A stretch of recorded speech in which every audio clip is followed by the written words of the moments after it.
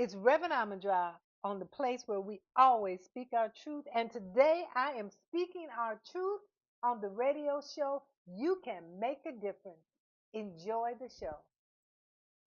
Hello, everybody, and happy Friday. This is the You Can Make a Difference show, and I'm your host, Mac McGregor.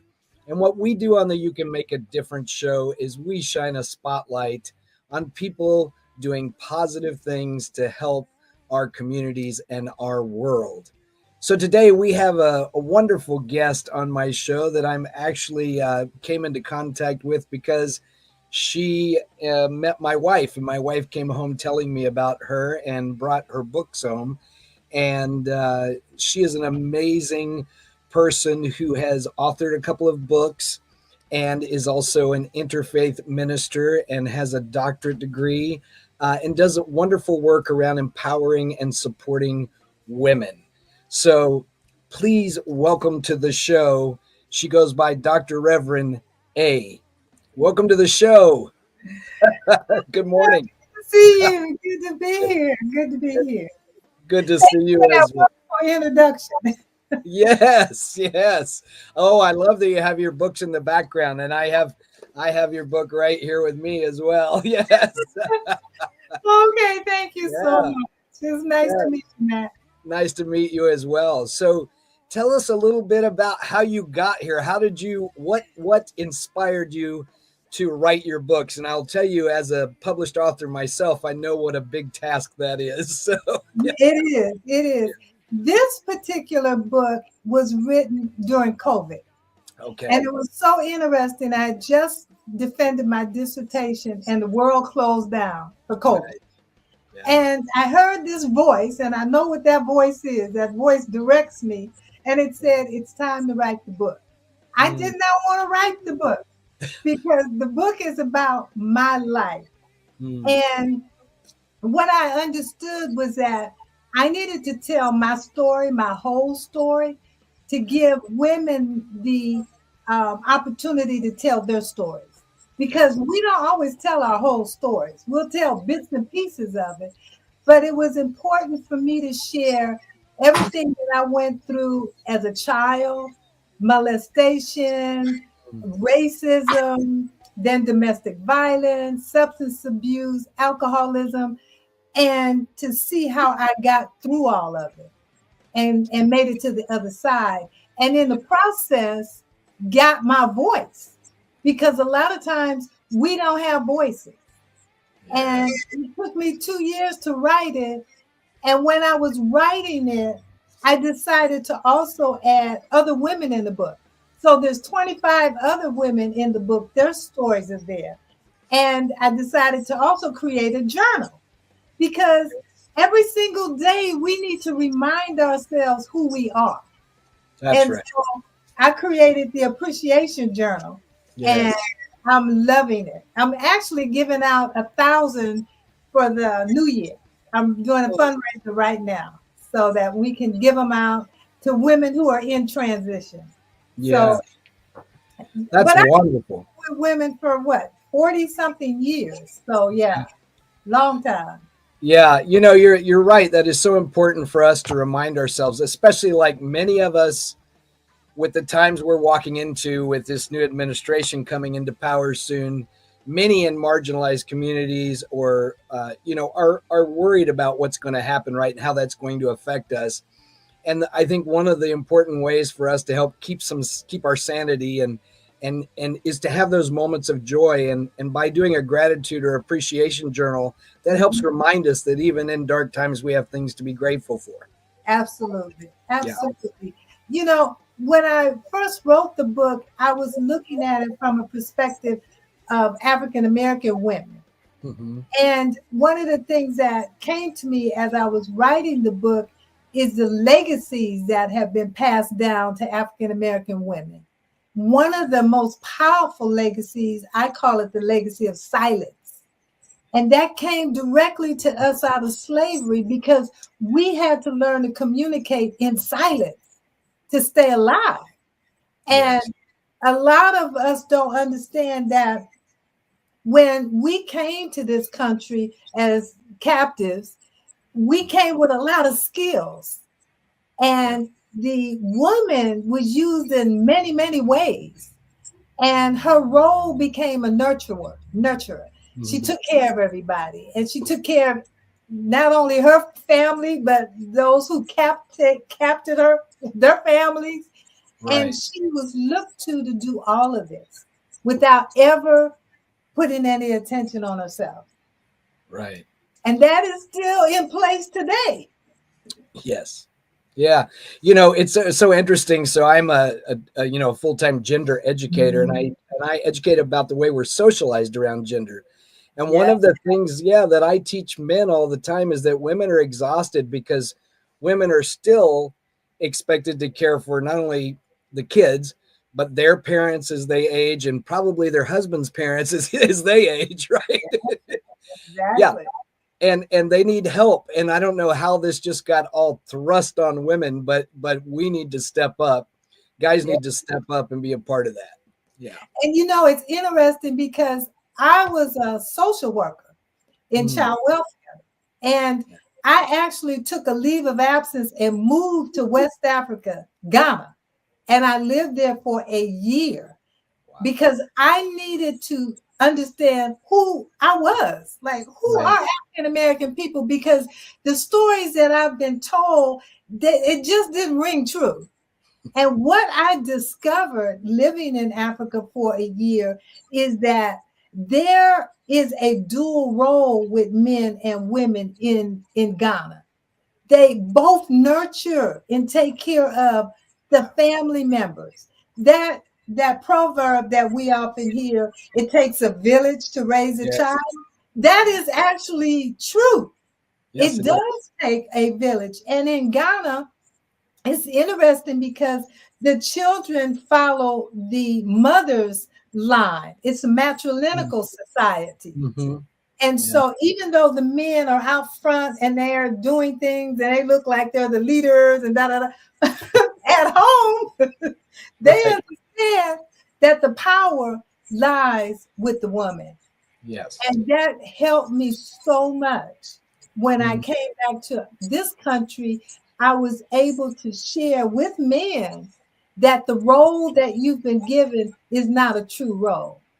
Right. A lot of your nurturing has been taken away from you. That's right. And that affects men's relationship with their children and grandchildren and nieces and nephews, because men in Western culture especially are taught that nurturing is supposed to be the woman's job, right? That they're not supposed to be the nurturer. And that really harms our relationships. Yeah. It does. It does. In Ghana, I mean, you would see men sitting outside with their little teeny babies on their, bossing them while they're talking to their men friends. I mean, they just were a part of, and they held their family in high regard and did everything they could for their families. And unfortunately, here in our society, that's not always the case. I mean, as a social worker, I actually saw policies that were written that were against men being in the homes of families who needed to have money. It was like, okay, if the male is in the house, then you can't receive this money, these services. So what do? You say the male's not in the home. Yeah. So that you can receive the services, but he's there. But when you do the stats are saying he's not there. Yeah. Very interesting. Yeah, that is so interesting, But you're right. So we're getting ready to go visit our grandchildren, and and I'm a former U.S. karate team member, martial arts guy, all my life. But I'll tell you what, when my 5-year-old granddaughter wants me to sit down and play a tea party, I'm going to do it. I mean, 5-year-old. That's right. That's right. And I don't apologize for it because I love them. And, you want to have that type of relationship, that closeness with them. And I think, the whole toxic and traditional masculinity model, it doesn't help us thrive in life. No, it doesn't. Yeah. Yeah, it's taken away. And I am so excited because what I'm doing now is I'm talking to not only my sisters, African American women, I'm talking to my non-African American women, and I'm saying, hey, you guys, this narrative that was given to us, we didn't write this narrative, and they're separating us. So we need to stop and come together and have dialogue. And the response that I'm getting is just overwhelming. Like, yes, we want to talk. We want to know what's happening with you. We want you to know what's happening with us. So next year in 2025, I'm creating the Queen's Power Circle.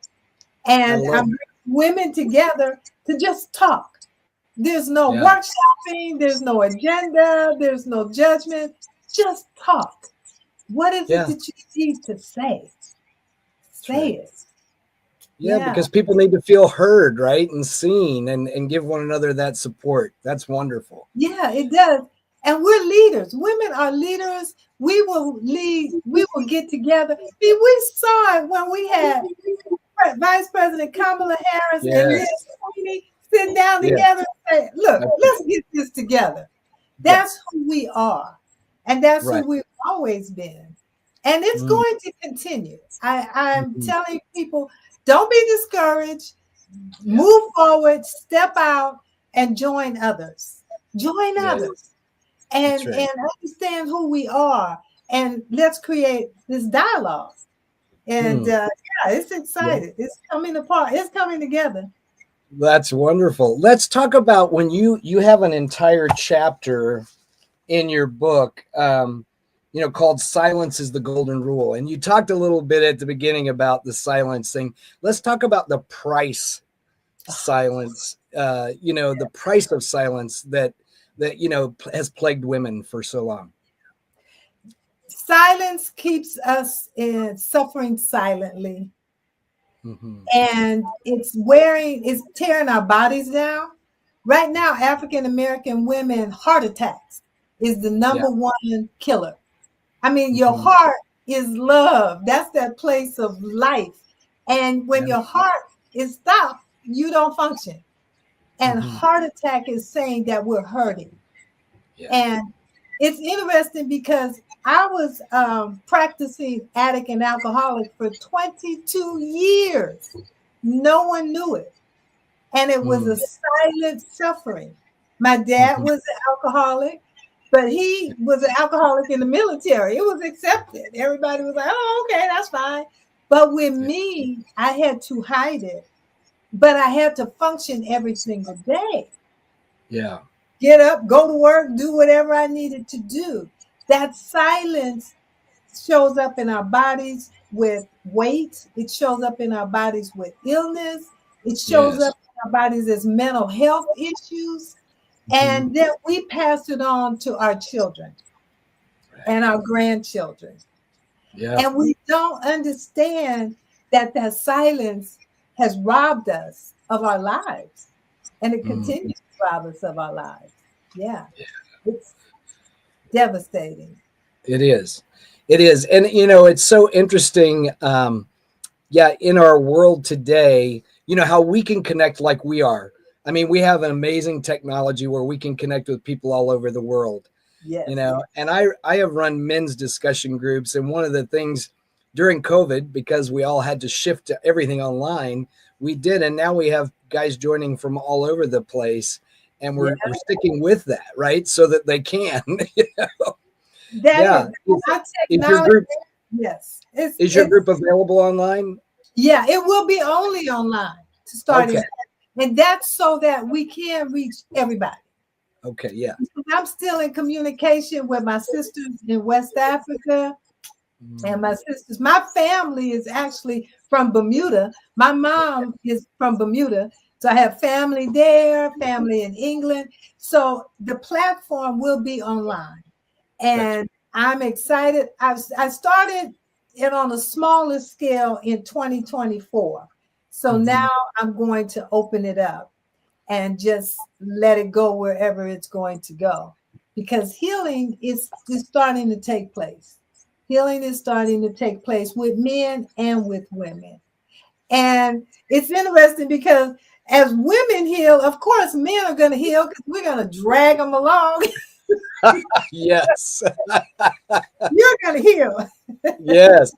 Well, that's funny that you say that because majority of the guys that have come to my discussion groups, it was their wife or girlfriend or sister or mother that sent them, right? Exactly. Exactly. Yeah. You know, and we do men a disservice by Mhm.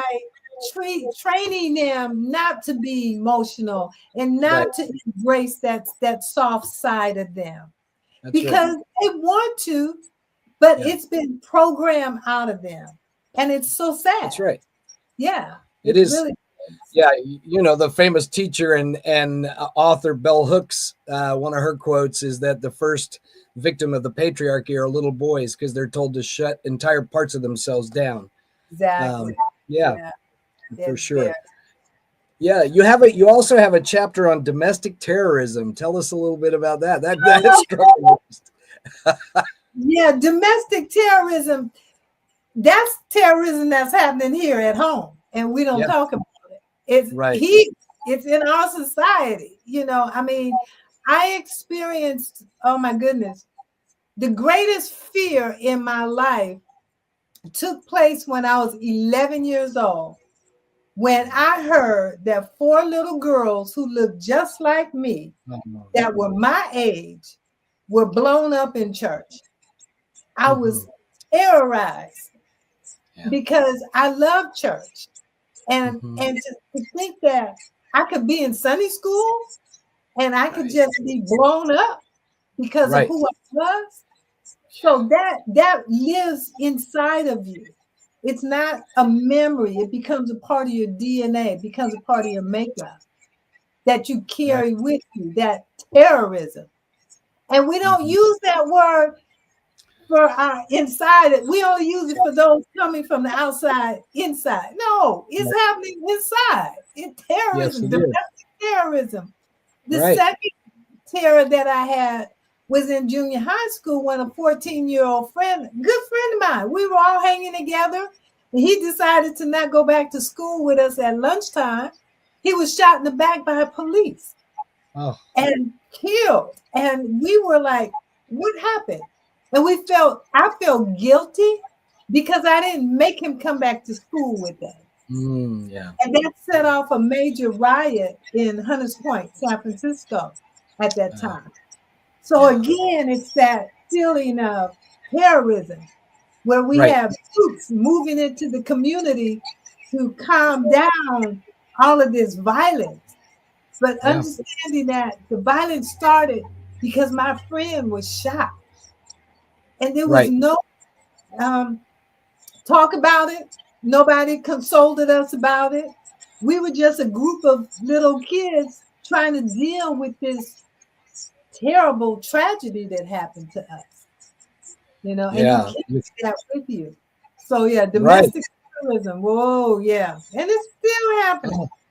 Oh, oh my Every goodness. Well, the gun violence is just out of control. It's crazy, yeah, and our children being worried about that going to school. Yeah, that shouldn't yeah. be. It's crazy. And Yeah. it's interesting where I live in my community. I live in Carlsbad, California.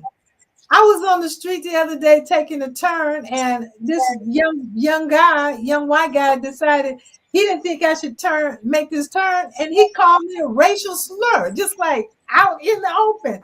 And I'm like, okay, you know, Oh, he yeah. has permission to do that. He has Yeah. been given Right. permission to do that. And that, Right.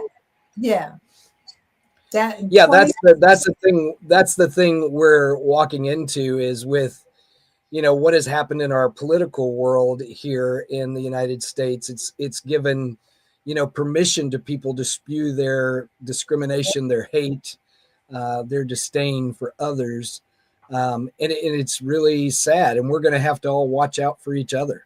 mhm. And we're Yeah. going to have to speak our truth. We're Yes. just going to have to speak our truth and do it not from a place of hatred either, because you don't Right. want to fight hate with hate.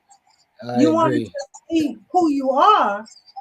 And I had to breathe when that happened to Of me. course. Of course. Yeah. Breathe. And then I had to immediately go to what world is that young man living in? Right.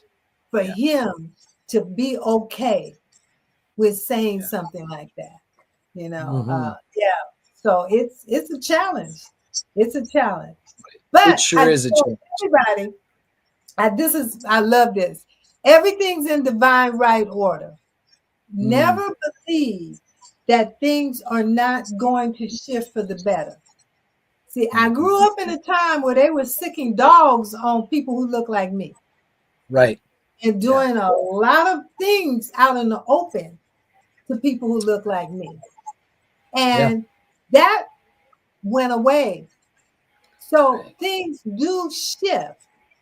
And we can never lose sight of the fact that they do shift.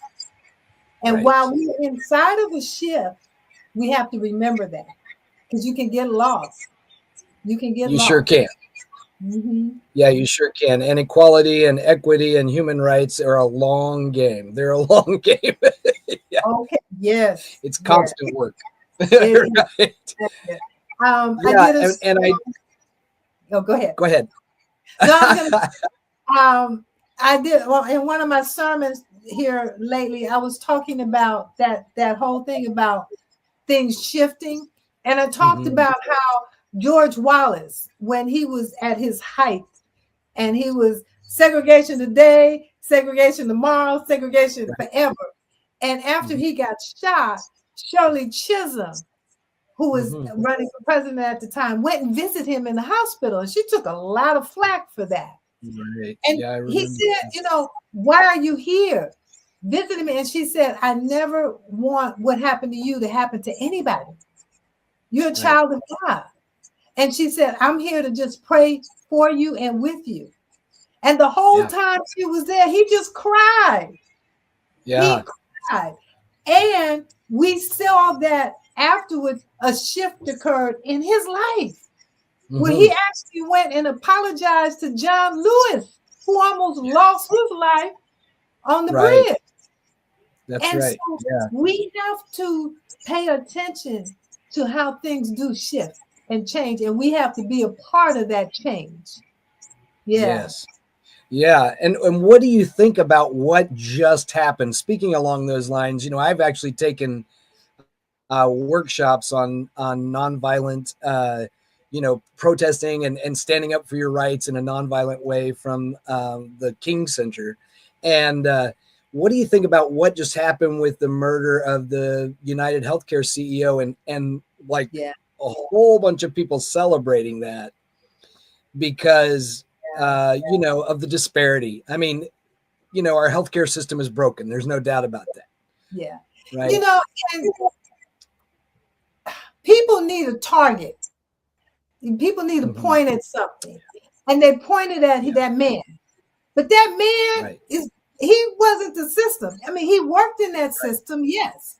But the system is what has all of this happening, and we in this country have been programmed to just do very narrow looking at stuff.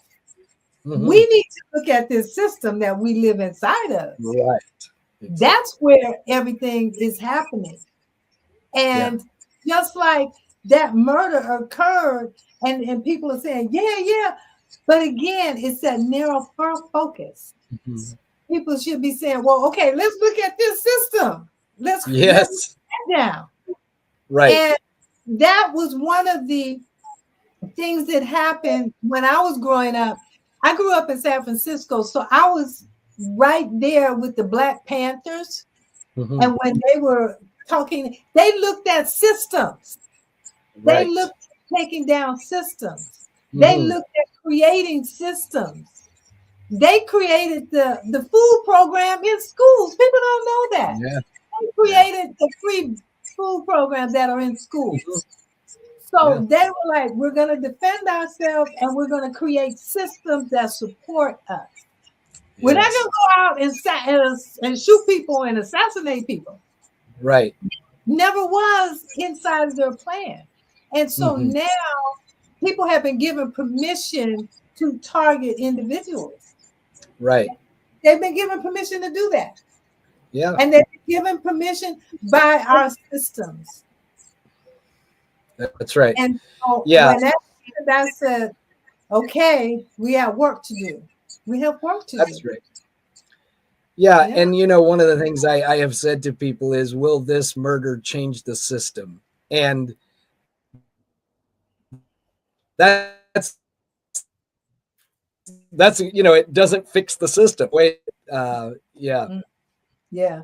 yeah. And You know, one of the things we can do is vote people in that care about giving health care to all of us. Right? Yes. that's how you change the system. Yes. I remember when President Johnson signed the Civil Rights Act, he said, my career is over, but I'm doing Yeah. it because it's the right thing to do. But he That's right. knew And that's that, I got to leave now because there's no place here for me. And yeah. one of the things that right after the election, I was getting a lot of calls, and I told people, I said, look, do not feel like something was lost. Feel like something was gained, because you and the world got to see a powerful African American woman stand up in the face of no That's agreement right. and hold her own. Mm-hmm. Hold her That's own. right. Yeah, you're right. Well, we're out of time, Reverend Dr. A. I thank you so much. And let's put up your website again, how people can get in contact with you Okay. and find you to be a part of your women's work. And thank you so much for all you do, Oh, making a thank you difference in for the having world. me back. Have a wonderful holiday season. Blessings.